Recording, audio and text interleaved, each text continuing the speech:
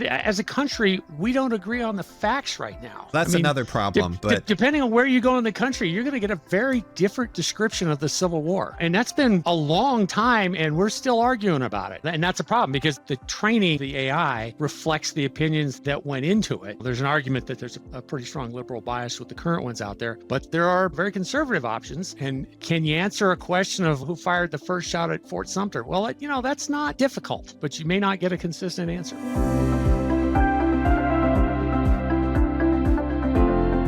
Hi, welcome back to Data and Confused. I'm Glen Kendall, and I'm joined again today by Walter Boyd. Walter Boyd is who I call Mr. Active Directory. He has an extensive experience in cybersecurity and specifically working for Microsoft back in the day to help create and secure Active Directory, implemented it for a lot of different huge organizations, including the federal government. So we're going to be looking at sort of where Active Directory is today with Enter ID and the cloud, and just what the modern implications are for securing directory environments. so yeah, this project I had, personal project that I was using AI, I think I came away super impressed with what it could do. Maybe even blown away by how good it was.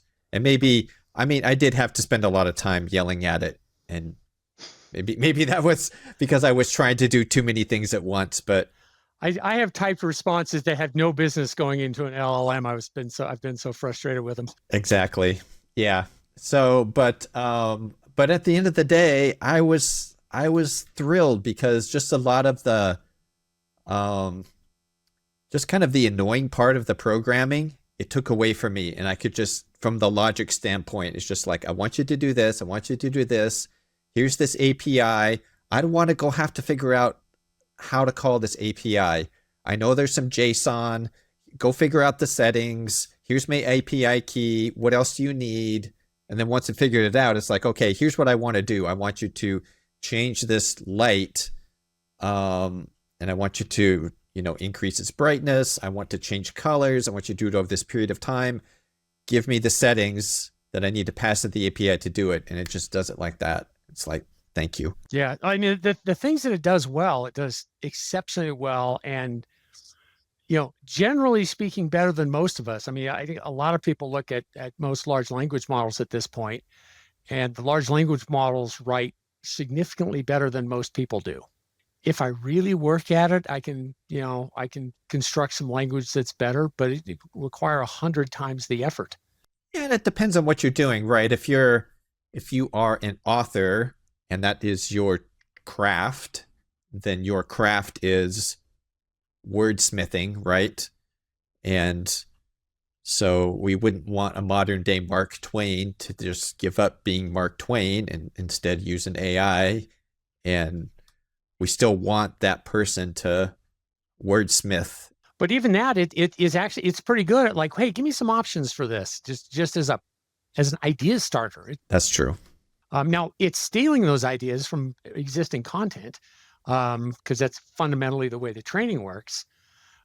So somewhere in there is a line of what are you doing? Now, I think I mentioned I'm doing some soil science research, and it's not an area that I have deep academic background in it, but boy, using an AI to educate yourself on science topics, absolutely, it's pretty good because it'll go out and it'll find all sorts of stuff and summarize it at a better than bachelor's level. Yeah. You might have to fact check a few things. It might make some stuff up. You might get a flat Earth thing in there, thrown in there here and there, but by and large, it's good. Yes, I would say. Yeah, but that's the challenge, right? Is knowing when it has given you an answer that is either factually incorrect or fabricated. It's like, did you make this up? Well, yes. Okay. And that's kind of goes to the whole critical thinking thing. And, if we're going to have a future with AIs in the educational environment, how do we incorporate it so that there is still this questioning, that you're going to question the things that it's saying, and just generally having this mindset of critical thinking as being sort of a foundation. Yeah, but I mean, there's a lot of things there that you could do that, like, AI-based adaptive tutoring is a fantastic option for a lot of things. Um, if only we'd had that during like 2 years of COVID, where kids didn't learn a darn thing. Absolutely. Yeah. But even today, it's not good enough to turn a nation's worth of kids on. You can supplement, yeah, but you can't, nor would you want to replace a really top-notch teacher. But boy, they can get they can enhance their productivity. It's like, hey, give me a lesson plan for the Pythagorean theorem. Boom. I mean, it's there. Give me one appropriate for junior high. Now give me one for high school. I mean, I'm personally excited about the possibilities myself, but I believe that current educational system in America, at least, is going to struggle with this because a lot of the curriculum is not around critical thinking and around catering to a specific student's interest. It's more around facts and rote learning kinds of things. right, but as a country, we don't agree on the facts right now. Well, that's another problem. But depending on where you go in the country, you're going to get a very different description of the Civil War. And that's been a long time, and we're still arguing about it. So, and that's a problem, because the training of the AI, reflects the opinions that went into it. I mean, there's an argument that there's a pretty strong liberal bias with the current ones out there, but there are very conservative options, and can you answer a question of like, who fired the first shot at Fort Sumter? Well, that's not difficult. But you may not get a consistent answer. And even I think the thing is, once you realize what is going into these systems in terms of the training, kind of once it gets in there, it may be sort of embedded in there. Like, for example, I was, listening to a podcast where they were talking about there's been a lot of Russian propaganda, a lot of basically Russian sites that are talking about, sort of Russia's take on the Ukraine conflict. So AI has read all of the content on all of these sites, sort of incorporated that into its learning. And now, depending on the questions that you ask, there may be a bias. Yeah, but did it differentiate when it just incorporated everything it found out there? I mean, how much of what it found out there was just wild misinformation? That's the thing, is that maybe depending on the model, some of the models may, depending on who's and what their biases themselves might be of the model makers, of the model trainers, what their biases are, if any, or they're just letting these things take anything in and spit anything out. Yeah. Well, I mean, one person's fact is another person's misinformation. Right. I mean, we certainly see that in this country repeatedly, and we are very evenly split on that topic. And I don't know that AI is going to help us on that. The point is that, you're going to have these models that, because it's so expensive to train these models, that basically the ones making the models are going to be the ones that are controlling information, if you will. Yeah. Well, but I mean, that's no different than the arguments about search engines. I mean,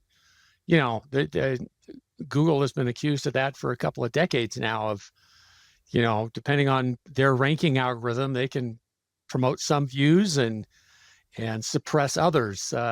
Social media certainly does that. Up to the point that, they may have influenced elections significantly. Now you happen to be on the winning side of that argument, then you're probably happy about it. But if you're on the losing side, you're like, no, that's not right. That shouldn't, but the monetization aspect of that is, we just need engagement, and to get people engaged with social media, all you really need to do is really piss them off, and they'll stay online longer and view more ads. It is not fundamentally an ethical process in the way it runs, but you're You're not paying for it. You are the product. Well, the algorithm has been optimized, like you said, for engagement, for keeping people as engaged as possible. But yeah, I just wonder, from going back to the topic of education, is there anything that we as a society can do or should do before we give the green light to say, yep, everyone's good to use AI in the educational system. Go crazy, use it as much as you want. It's all good. Should we do anything from a societal standpoint to make sure that the AI that we are letting our children and our students interact with is safe, is teaching them the things that we want them to be taught in the way that we want them to be taught? Or is it out of the bag? well, it is out of the bag, and it's going to get used whether you like it or not, because the kids all have access to it. You can try to prohibit it, and it, not going to help you. It's not prohibiting it as much as it is like how is there anything that we can do as a society to if we're, and again, not talking about everybody, it's just in the educational environment, really for children and students that are using it, what kinds of things should we be thinking about for making that experience positive for them, but then also uniform? I don't know. So this is a tool like any other, although it's maybe a couple orders of magnitude more impactful. But I was in high school when the very first calculator came out. And I remember the first kid in our high school that came to school with a $600 4-function, I think it was HP at the time. And when that first came out, teachers were like, oh, this is going to destroy math education. Kids will, forget how to do math. Now you cannot take a junior high or high school math class unless you've got a very specific graphing calculator in most schools. The same argument was made for spell checkers, grammar checkers. All of these new technologies, people were very concerned about, until we got to the point where, it turns out that I have the Library of Congress in my pocket, and so do you, and so does somebody in the middle of Zaire or Congo, or pick the most obscure spot. If you've got a smartphone anywhere in the world, you have access to humanity's data. It's amazing, and that's not going away. So how do we adjust to that? I published something a few weeks ago that basically said the quality of your work output going forward. This will extend past my career, but if I'm looking at my kids, and I advise the debaters that I judge, like, look, your career is going to be not about the classical stuff. It's going to be how well you can form a good question of the AI. And folks that can do that well will be employed. Folks that cannot do that well will be making French fries, unless they automate that. So this is going to be a core fundamental skill. Schools aren't quite ready to teach that yet. Right. And so that goes back to the critical thinking, right? So what you're saying is they need to ask better questions. The people that can use an AI well, at least in its current instantiations, are the folks that can ask the right questions. At a certain level, it's prompt engineering, which can be taught relatively easily, and certainly at a up through college level, that works. It works for graduate level research for find something.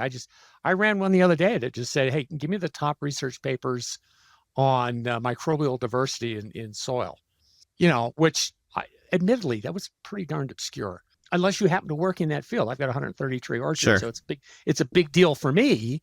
But I can tell you that my family's tired of hearing about it. They're like, yeah, Dad's doing microbe stuff again. Have a nice day.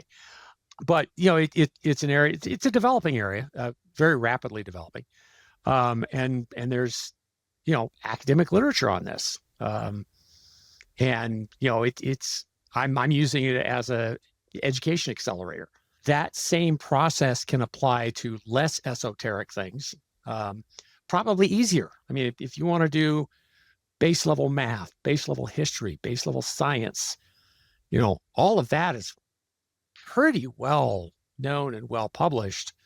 And the good educationally focused AIs aren't trained on, how to differentiate whether there's a dog in the picture or not, because it's not relevant to most science or math questions or whatever the topic is. But you can get very specialized AIs, much easier to train, much more focused, and those I think can work quite well, at least at the base level, just getting your knowledge base down. Which, let's face it, the knowledge base you need to know now is not what you needed to know in 1900. But we've got a lot of people that think 1900 level education is going to work in a globalized environment. It's like, oh, I'm here to tell you that doesn't work. Yeah, I think the biggest change I see between the Google era, we'll call it, and the AI era now. In the Google era, yeah, I have my smartphone. It's still the same information. I just have to Google it and I have to go find it. And I might have to read a paper or three, or, go through a bunch of pages of Google to find what I'm looking for in order to get it.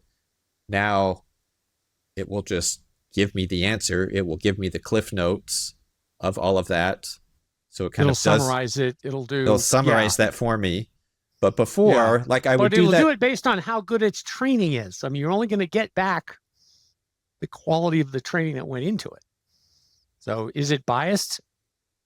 Yes. And absolutely. And I think that's part of it too, is that when I would Google something, if nothing shows up in Google, then I'm pretty sure it's either really obscure or it doesn't exist. So that's kind of been our training mentality, is around, it's just like, if I find it in Google, then it's real. And I can trust that because I'll go click on it and read that. Okay, the information itself, whether you trust the source or not, is another thing, but you're trusting Google to at least give you accurate information about what's out there, more or less. Yeah, that's more or less true. Google does a pretty good job of it, but there are more current examples. I mean, you can pull up DeepSeek and ask about Tiananmen Square, and you're not going to get a really good answer back. And that's the difference now with AI, because now before we would have the situation where if it didn't exist in Google, then I know, okay, it's probably, it doesn't exist. Or if Google does tell me, then yeah. Again, I might not trust the source. Now we have the opposite problem, I think, because of the hallucination issue. So it's going to give me an answer, unless you just ask something totally crazy. It's going to give you an answer. It'll look plausible. Is it even looks reality? Plausible. Yes. So this is totally new. We haven't had to think this way before. We haven't had to think to challenge the answers that it's giving me, because we're used to just getting the answer. So I would say we've done an exceptionally poor job of it. I mean, most people are getting their news out of social media right now. I think that is unquestionably a horrible source. So is this going to help us or hurt us? Because are we going down the slippery slope of, maybe started by social media, of just like, all right, we have untrusted sources giving us, our information, and now we're going to have AIs that we ask bad questions to, or they're just hallucinating or whatever. So now we're just getting wildly crazy stuff as the norm. Or are we going to eventually learn from it and learn to ask better questions, and we'll come out the other side as being smarter? So yeah, we're going to have to figure that out, because it's a tough challenge. I mean, you look at the major generative AIs now that train off of, Quora, Reddit, Twitter, X, none of which are really reasonable news sources, certainly reliable. I mean, there may be some good content there, but oh my gosh, there's a heck of a lot of noise there, and just complete nonsense. And the AI can't differentiate on that. It just incorporates it and says, oh, well, the prevailing opinion is It won't You even know, say, it won't say prevailing opinion. No. yeah, no, well, but At it least the it ones doesn't I use evaluate never that. say that. Yeah. Yeah, but you get enough people saying the Earth is flat, and the AI is going to come back and tell you, yeah, the Earth is clearly flat. Isn't that bad for everyone then? Because if we start making decisions based on incorrect information, aren't we going to start encoding them, embedding them? Well, that is the current risk that we're facing. Is the quality of the answers is suspect. Um, Now, if you are at a point where you can look at all that with a jaundiced eye and say, yeah, that's complete nonsense. This is a hallucinated answer. But if you're doing it at that level, then, you're just accelerating where you already are. But if you're trying to learn new stuff, if I went out and said, show me the latest, research on the rhizophagy cycle. I mean, I actually happen to have read that, but if I didn't know what that was, you could come back and give me something completely off kilter, and I might completely buy that, and, until I go read the original source. Although, a lot of times if you ask, you can get a URL resource. I found actually Deep Research was pretty good at that when I requested it. I'd love to see what the $200 version produced. I did manage to give it a couple of times where I used up the full 30 minutes of, churning. So, But so a lot, so a lot of these technologies, we go through this hype cycle, right? You kind of have this, you go through the hype, and then you have the trough of disillusionment, if you will, and then you have, gradually the slope of enlightenment. I can't remember what they call it. That there's this big hype, and then at some point, yeah, but it's moving so fast that by the time you're peaking in another hype cycle, you're just going to start a different one, and you ignore what happens. I mean, so you think we're not going to have the same experience as we had, say, during the .com bust? oh, it'll be just as bad. But it's just we're moving so much faster. Can you stay ahead of it? I mean, I haven't done any of the image generation stuff at all, and apparently that's gotten a whole lot better than when I tried it a couple of years ago. But it doesn't happen to be what I'm currently focused on. But boy, it certainly works in offensive cyber. Generating deep fakes, and I mean, there's a whole lot of stuff that, as a financial institution, we are pretty darn concerned about. And you've got completely AI driven account takeover attacks, like, untended on the offensive side. And eventually you're going to hit grandma who's going to like, oh, all right. Yeah. Okay. We can't do that. Here, have some money. Here's my credit card. Which is kind of that's their goal. At a corporate level, we're pretty good at blocking it out, but at an individual level, we're not. And I think that'll have some difficult societal impact for people that just aren't ready to move as fast as it's going to move. How much are you, because you're a technology guy and you're obviously using AI for your own projects and other things, how much more would you want it incorporated into your life? I think it would be difficult to incorporate it more. Before you say that, let me tell you about a product I just stumbled across. This is not an endorsement for this product. AI driven, yes. I won't say what the name of the product is, but there is a product that, so when we do our webinars, or not our webinars, when we do our team meetings and we're meeting with people, there's these different AI bots that we can bring into the room that'll record everything that everyone says during the meeting. Note-taking bots, those are great. Note-taking bot, exactly. Now there's a microphone that you can get that's your own personal note-taking bot. So you pin this thing on. To me, it's kind of creepy. It's like the Google Glass of AI. But you pin this thing on, it just records everything you say and do throughout your day, everything you're doing. And then at the end of the day, you can ask it questions, or at any point you can ask it questions, or it can give you suggestions like, well, did you know your wife mentioned that tomorrow is trash day, so you need to remember to take the trash out. And these ideas came up to you. Do you want me to look into booking those tickets to, Orlando because you said you want to go to Orlando. There are certainly things like, I mean, I do that with a calendar right now. I mean, it's, reliably about a week before the anniversary, it's like, yo, idiot, your anniversary is coming up, do something. Or, yeah, it's your wife's birthday. I mean, these are things that will slip my mind if it's not in my calendar, right? But Or would you want to delegate that now to your AI calendar bot, recorder, listener, all in one, Walter Jr.? Well, Copilot can already, if you have that enabled, can already be looking at that in your calendar. It And so can, but that's just when you're on your computer. I mean, you're just walking around in life, just like you go to Chipotle, you have a coffee with a friend, you're just living your life. I am naked without the phone. That is never not with me.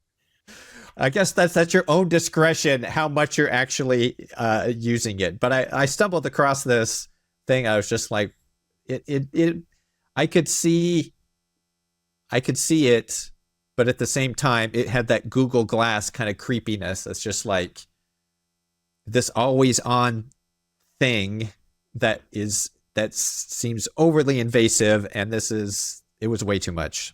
Yeah, but no. At some point, you want a log cabin that's off grid and a campfire and a fishing pole because you need a break from this nonsense. But I mean, there is no end in sight to that.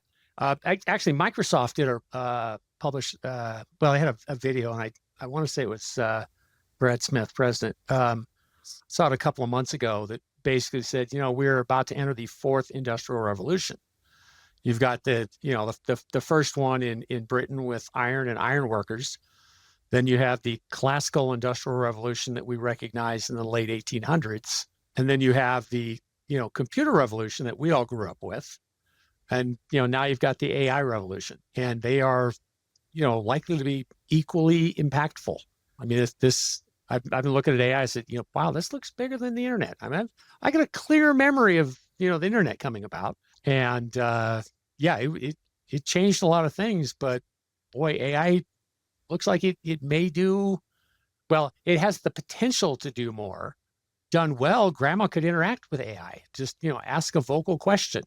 I remember when my father was getting into his 80s, and at some point he had a minor stroke and could no longer drive. If the same thing happens to me at that age, not a problem. I will summon the self-driving car, and I will still have mobility, which he lost without. I mean, he lived with us, so he still got around. But I know he didn't feel as good about it because he didn't have control anymore. But that's going to go away, and that's an AI function. And now you're going to train the AI for your self-driving car. Can that self-driving car tell the difference between a bicycle coming up the street and a stationary bicycle on the corner? You and I could look at that and say, why the hell is that stationary bicycle on the corner? An AI or self-driving car is going to slam the brakes on, just because this guy's going to come right in front of me. So yeah, I mean, there are weird scenarios like that they'll have to overcome. And self-driving will happen when it's 100 times better than you and me going down the road. It can't be as good. It has to be a lot better. But what we know it's good at now is text, right? So anything that you can give it that is text or translate into text or to be text-like. Yeah, well, that's the T in transformative. You're going to get your grammar straight up correct. You're going to get a pretty good translation of one language. I mean, it's very English centric, but you can certainly translate. And although you can see hallucination there. I mean, you give an AI a thing that says translate this question into French, and it's just as likely to answer the question as to give you what that question is in French. Right. Where do I find the bathroom? And it's like, bathroom's around the corner. It's not the question you asked. I can tell you it's a lot better than it was a year ago. I presume it's going to be a heck of a lot better a year from now, and 5 or 10 years from now. should be pretty darn impressive. But I think some of these errors will persist. They'll just be a lot harder to get away with. I mean, go back to your coding example. I mean, right now it's doing an okay job of coding. At some point, it'll be doing a lot better than okay. But are you going to trust that to program nuclear missiles? Well, the the consequences there are significantly worse. And I mean, there's so many applications, but I think obviously business is going to, once they figure out how they can, save money, save time. You have a new project that's a coding project that would otherwise cost 100 grand, and you can do it for 10 grand, 2 grand, whatever, then yeah. Well, if you can do 80% as good as a human for 20% of the cost, do we get rid of the human? There's some significant, ethical discussion to be had there. Is it different than outsourcing? Um, Because we fired a bunch of developers and now we outsource them overseas. So now we fire the outsourced developers overseas and replace them with AI. yeah. Well, you go to Microsoft go to McDonald's these days, and you're going to see a kiosk and 2 people in the back room when there used to be a dozen, whatever. Certain elements of that are certainly going to be disruptive. But the same could have been said for cars and buggy whip manufacturers. I mean, there's an advance. It is absolutely going to be disruptive. And I mean, there's a bazillion examples of this. Like, are we going to shut down the U.S. coal industry? Well, there's a pretty good chance, unless you live in West Virginia, where you would be, fundamentally opposed to that. And take all those folks that used to get black lung disease and now they erect, wind farms. Except AI needs a lot of energy, so we put a pin in that thought of getting rid of the coal plants. We might need them a little bit longer. Well, that same article I talked about that was the fourth, or actually it was a video presentation that talked about the fourth industrial revolution, also had a really brief, but I thought maybe more important thing that plotted GDP versus electricity usage. And standard of living climbs the more electricity we consume, that we necessarily consume, not just outright waste it. Yeah, we pump a boatload of energy into it. I mean, I live within 20 or 30 miles of one of the premier micro reactor research facilities in the United States. INEL. And yeah, the INL out in the middle of nowhere. I used to live out there too. Yeah. So rural Idaho, southeast Idaho. Yep. It is very rural. It is, yeah. This suburban California kid is like very fish I know where Arco, Idaho is. You and 3 other people that have driven through there on Highway 20. But they got the Pickle Cafe, so you can't argue too much about that. They're talking about maybe 7-8 years having a microreactor. I mean, that may be a little optimistic. Yeah, the power needs of AI. I think in the UK they were estimating in the next, I think it was 10 years, that they were estimating they need 5x their current power because of AI. I was like, is that true? That's crazy. They're apparently, chewing just one hell of a lot of power for this. I wonder how OpenAI is making money out of my $20 a month, given that I exceed my limits, on a daily or weekly basis. But I'm a heavy consumer of my $20. But yeah. I mean, some of the like the big model on the Pro series is like, it's $1,000 worth of processing. Well, it's a bargain. You only spent $200 and you get unlimited. We're paying for it with all of that money we gave to Microsoft for Active Directory for so many years. Well, there you go. Yeah. Well, and Azure's funding it now, and then, I mean, look, they're gonna double the revenue off of Copilot alone. I mean, it's $30 a month. Retail, but even at volume, it's equivalent to doubling your E5 license fee to have Copilot available. That's when you're talking Microsoft, that's a really, really big number. I know. That's. Do you know who the biggest cybersecurity vendor is in the world? No. By a factor of 5. You know it. It's Microsoft.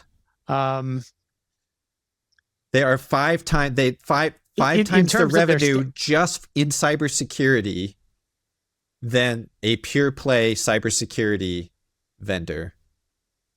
Microsoft, just off the cybersecurity business, makes 5 times what the next biggest company does. So if you look at all the various Defender products, all the arguably Copilot products. Don't forget Purview. That's in there somewhere. Oh yeah. I know it's bundled, but it's in there somewhere. It used to be something else. I forget what it was called. But yeah, it's email focused. You look at all those, but a lot of them. Well, I mean, some of them are pure cyber plays, but an awful lot of them don't have a revenue component attached to it. Of course, I'll take that back. Once you get into the cloud, everything has a revenue component attached to it, which is yet again one of the reasons why their stock is at $450. Yeah, I mean, I wonder, because IBM was the big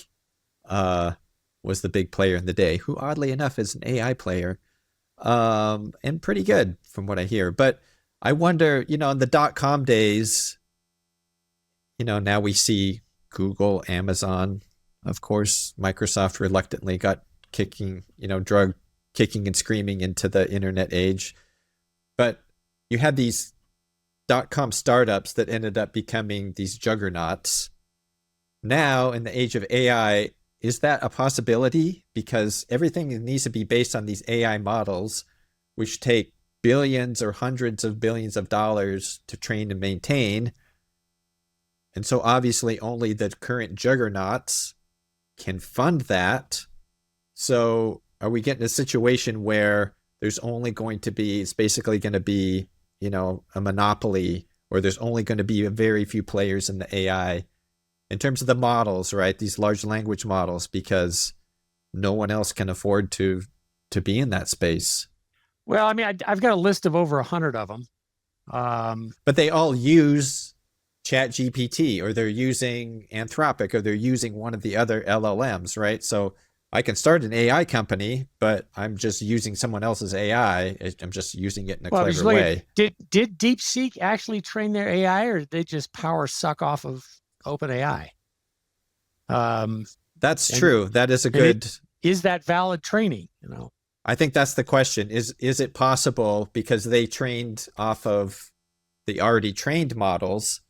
So could they get up to speed quicker? And is it possible to have, this DeepSeek type situation where, and obviously we don't know everything about how that model came about, but there is a sort of poetic justice to this, because the argument that AI or OpenAI is basically trained based on stolen copyrighted content is, a pretty reasonable argument. I mean, they've paid a few license fees now, but under protest, but so that to have a major competitor come up and catch up just by stealing their content, there's a certain level of poetic justice to that.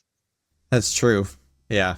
So someday we might have our own AIs that we're able to train ourselves, just because it's we can have our own micro reactors. Yeah, you can download and run DeepSeek now for only 69 gigabytes. I don't want a microcomputer. I don't want a gaming computer. I want my own micro reactor. I want my own INEL site. Well, you may need one. I've got a son that's doing work to for a company that's helping design those, and that's going to be real interesting. If we can get past we've got a really heavy anti-nuclear bias at this point, and fusion is always 30 years in the future. So, microreactor certainly looks pretty reasonable, but I haven't looked deeply into it. Do I want one next door to me? Well, I don't know. Do I want my city to buy one instead of putting about 200 windmills up on the bench up here. I don't hear the windmills. So I think you might need more than 200. You might need 200,000 windmills to get the amount of power they're talking about for AI. Yeah, they're going to generate a lot. Yeah. I mean, I spent Yeah. well, it turned out that a couple of the other judges that I was involved with in debate have actually worked there, and so we spent a couple hours chatting about it in between sessions. And Right. it's fascinating. Yeah. Yeah. How soon that's going to happen, and will people accept it? That's a real interesting question. Right. Walter, it's been a real pleasure chatting with you. It feels like we've only been talking for 10 minutes, and I think it's been more than 10 minutes. But well, AI is a fantastic topic. I mean, it's just, of course, it's wildly speculative at this point, because it's certainly moving quickly. I mean, I'm excited by it. I mean, I'm not in the Skynet category. I mean, the only Skynet out there right now is the one I bought from Elon out on my back deck. oh, the Starlink. Yeah. Yeah. Which I can't say that I call it Skynet. It's like, all right, well, that kind of fits. But when you live in rural Idaho, it's not a horrible solution. That is true. Yep. Yeah, no, it's been a lot of fun. Enjoyed it. Appreciate it. Thank you. All right. Thank you so much for tuning in to Data and Confused. I really appreciate you listening. Please go ahead and subscribe as I get this podcast off the ground. I have a lot of amazing guests planned, industry experts and thought leaders from the tech and cybersecurity world. So look forward to seeing you in future episodes. Thank you.